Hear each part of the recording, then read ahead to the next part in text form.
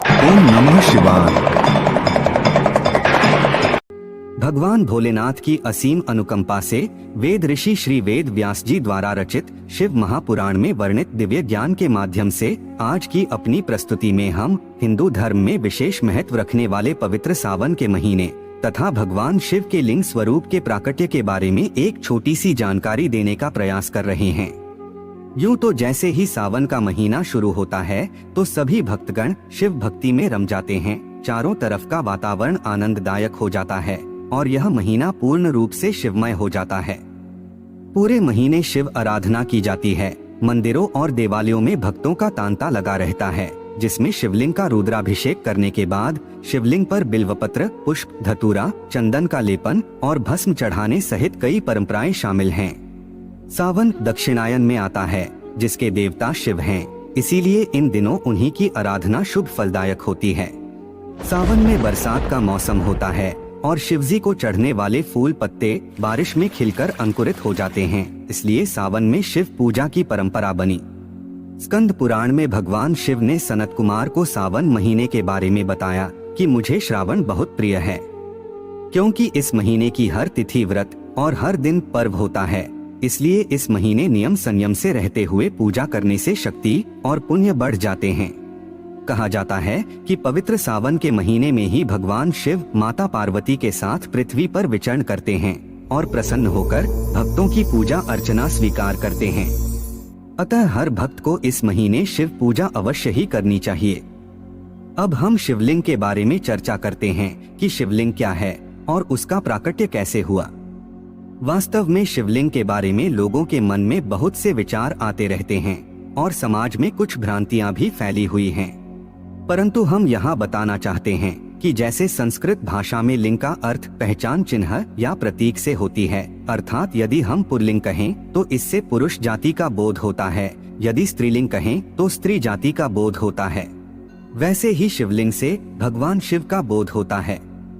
अर्थात शिवलिंग भगवान शिव का प्रतीक स्वरूप है, क्योंकि भगवान शिव ही शिवलिंग में समाहित रहते हैं।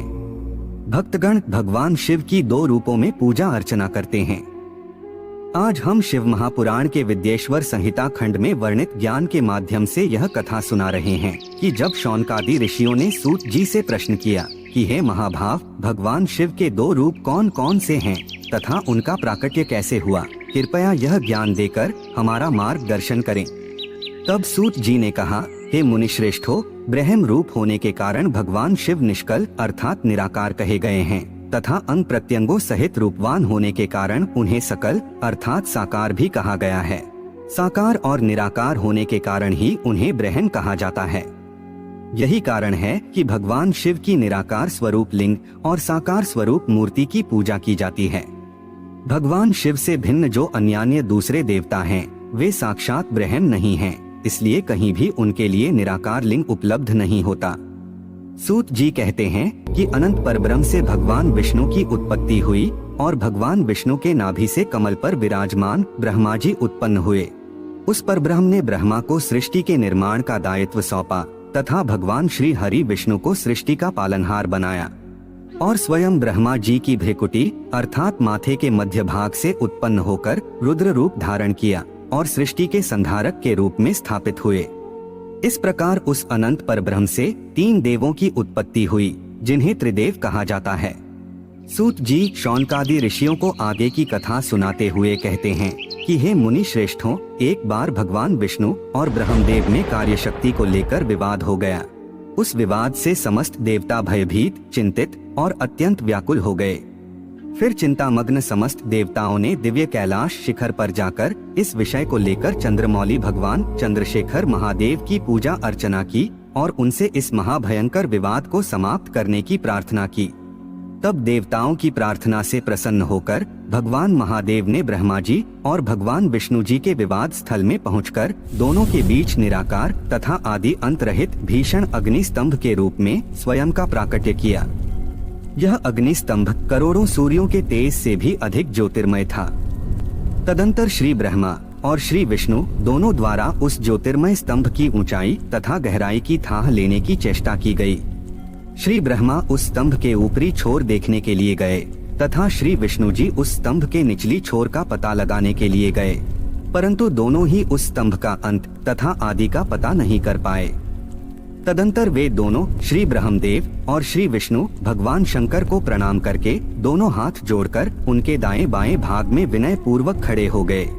फिर उन्होंने वहां साक्षात प्रकट हुए पूजनीय महादेव को श्रेष्ठ आसन पर स्थापित करके पवित्र पुरुष वस्तुओं अर्थात दीर्घकाल तक रहने वाली वस्तुएं जैसे हार, नुपुर, केयूर, किरीट, मणिमय कुंडल, यज्ञोपवीत, उत्तरीय वस्त्र, पुष्पमाला, रेशमी वस्त्र, हार, मुद्रिका, पुष्प, तांबूल, कपूर, चंदन एवं अगुरु का अनुलेप, धूप, दीप, श्वेत छत्र, व्यंजन, ध्वजा, चंवर तथा अन्यान्य दिव्य उपहारों द्वारा जिनका वैभव वाणी और मन की पहुँच से परे था, जो केवल पशुपति अर्थात परमात्मा के ही योग्य थे और जिन्हें पशु अर्थात बुद्ध जीव कदापि नहीं पा सकते थे, उन महेश्वर का पूजन किया।